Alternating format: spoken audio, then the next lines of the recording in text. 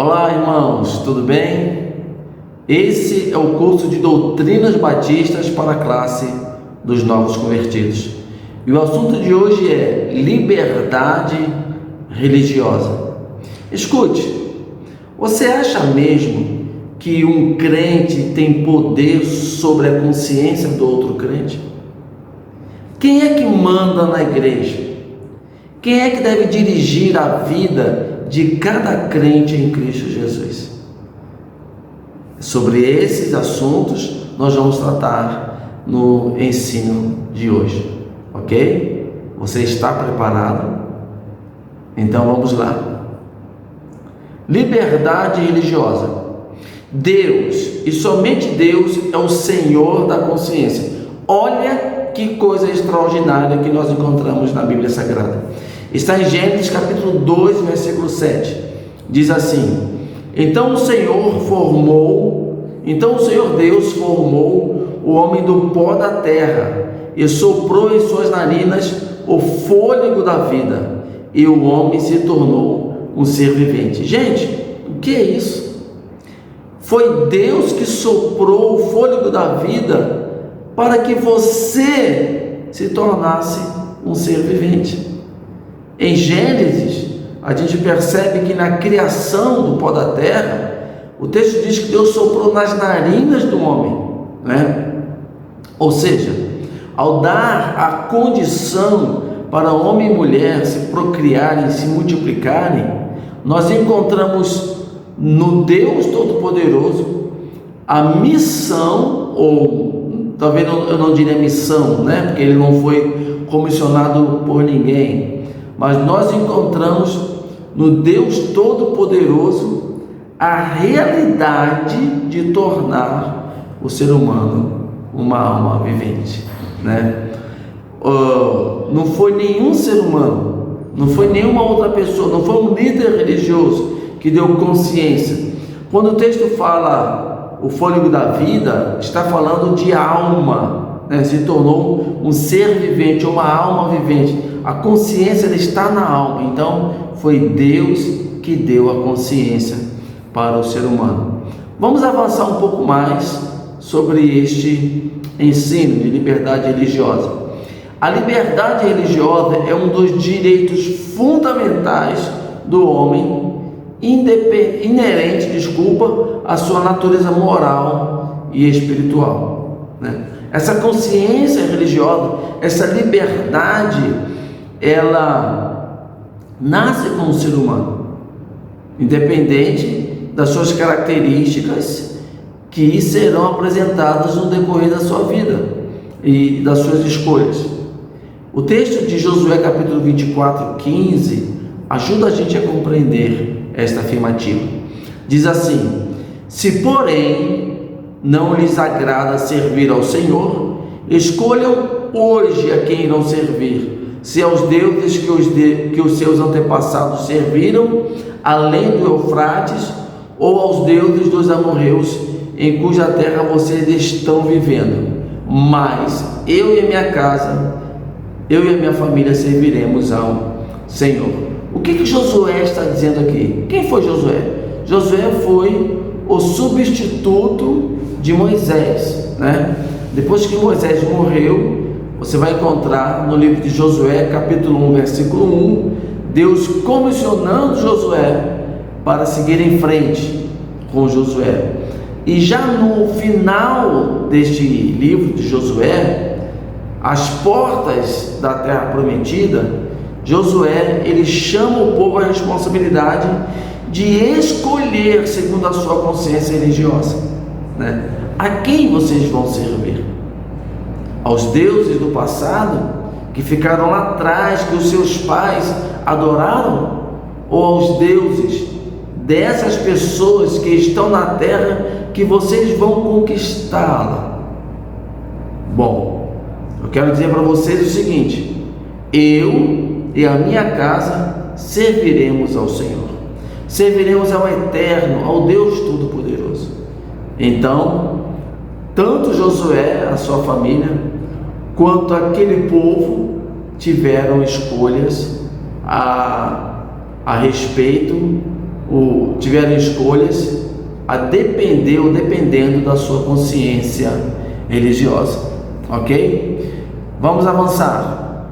Por força dessa natureza, a liberdade religiosa não deve sofrer ingerência de qualquer poder humano.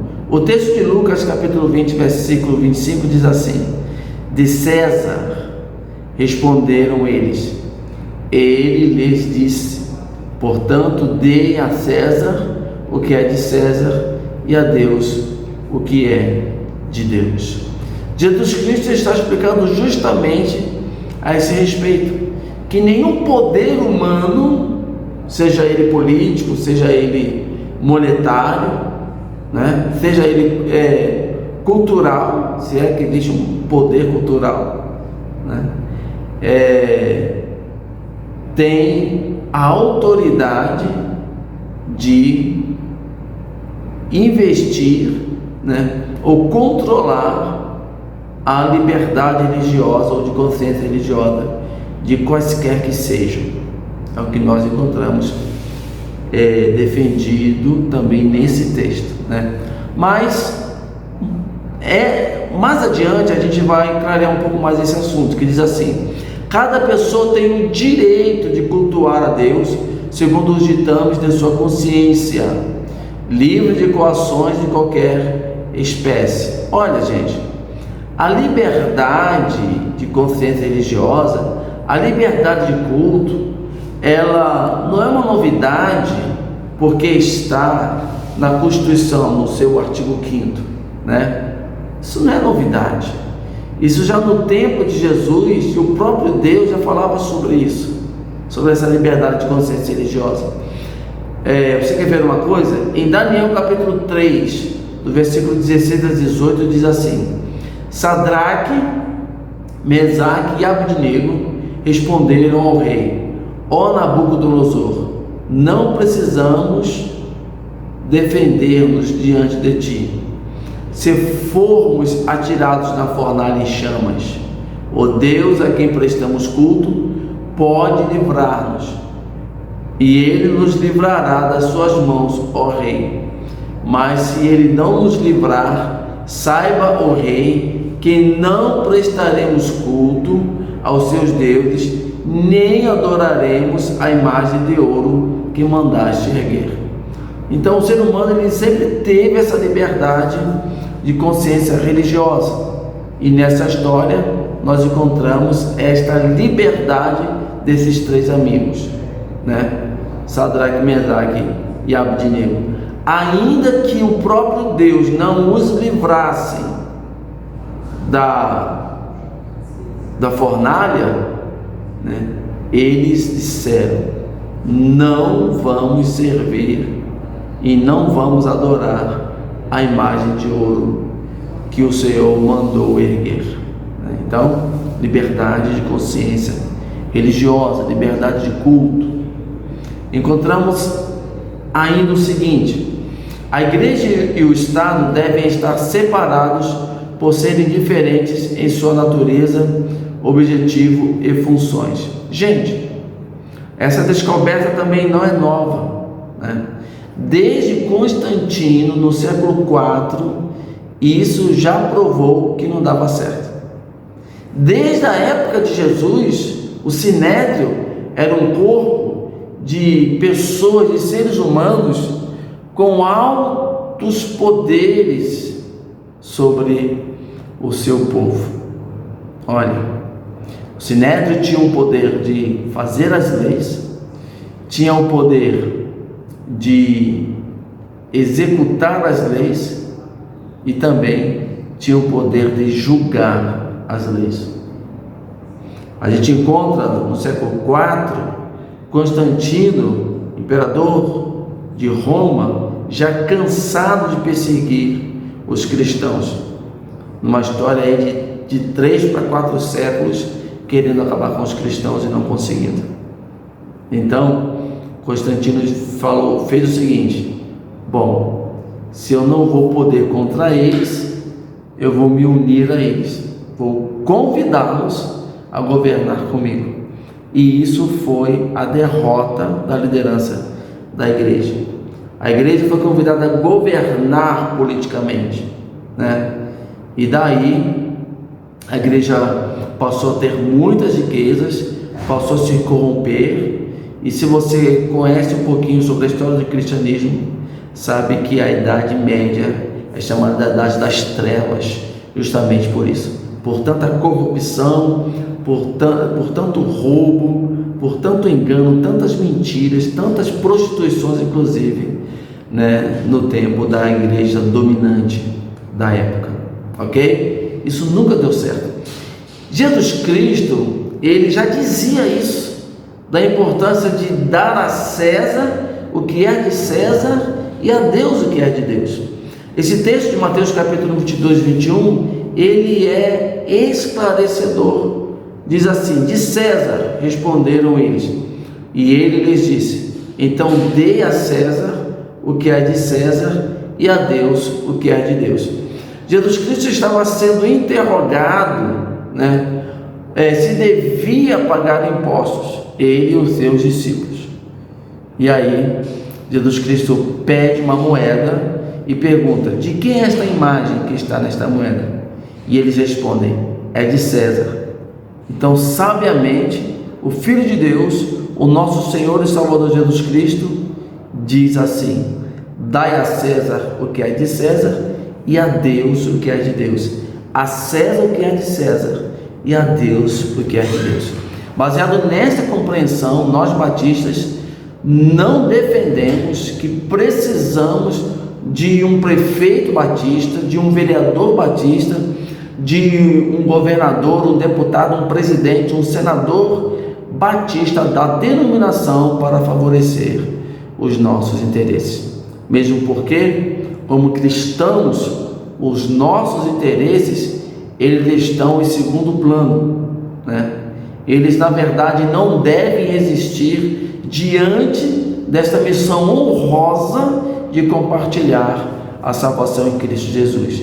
Compartilhar este evangelho, que é o evangelho do reino de Deus. Essa é a nossa prioridade, né? Compartilhar, como Jesus Cristo veio fazendo: arrependei-vos, porque vos é chegado o reino de Deus. Crede no evangelho, né? Ide por todo mundo pregar o evangelho a toda criatura, ide fazer discípulos de todas as nações, batizando-os em nome do Pai e do Filho e do Espírito Santo, ensinando-os a guardar todas as coisas que vos tenho ordenado ou que vos tenho ensinado. E eis que estou convosco todos os dias, até o final dos tempos, ou até a consumação dos séculos, como dizem em outras versões, ok? Separação entre igreja e Estado é uma doutrina batista. Nós encontramos ainda, amados, no próximo slide o seguinte: é dever do Estado garantir o pleno gozo e exercício da liberdade religiosa, sem qualquer favorecimento a grupo ou a credo nenhum, né? Então, essa é a nossa compreensão, mesmo porque a liderança, ou seja, as autoridades seculares, elas foram colocadas por Deus. Entenda isso, né? Deus criou um programa de autoridade para quê? Para fazer o bem e punir a maldade. Encontramos ainda nesse nono slide a seguinte afirmativa que vai nos ajudar a compreender melhor este assunto. Diz assim: o Estado deve ser leigo e a igreja livre, reconhecendo que o governo do Estado é de ordenação divina para o bem-estar dos cidadãos e a ordem justa da sociedade. E é dever dos crentes orar pelas autoridades, bem como respeitar e obedecer às leis, e honrar os poderes constituídos, exceto naquilo que se oponha à vontade e à lei de Deus. Escute e nos acompanhe na leitura de Mateus capítulo 17 e versículo 27, esse 10º e último slide. Diz assim o texto: mas, para não escandalizá-los, vá ao mar e jogue o anzol. Tire o primeiro peixe que você pegar, abra-lhe a boca e você encontrará uma moeda de 4 dracmas. Pegue-a e entregue-a a eles para pagar o meu imposto e o seu. Percebe? Os impostos deviam ser pagos. Quem cobra os impostos? É a igreja? Não, é o Estado. Jesus Cristo dá o exemplo de pagarmos os impostos. E este ato de Jesus, ele é um símbolo, ou ele aponta para o cumprimento dos crentes a respeito dos procedimentos ou dos impostos, ou de cumprir as leis como cidadãos na terra, ok? Então cabe ao Estado levar esta ordem social segundo a orientação divina, e cabe à igreja levar e anunciar, ou trazer esta ordem espiritual segundo o compartilhar do Evangelho de Cristo, ok? Muito boa esta aula, e a minha oração é que Deus te abençoe e te aperfeiçoe cada vez mais neste assunto. Até o nosso próximo encontro.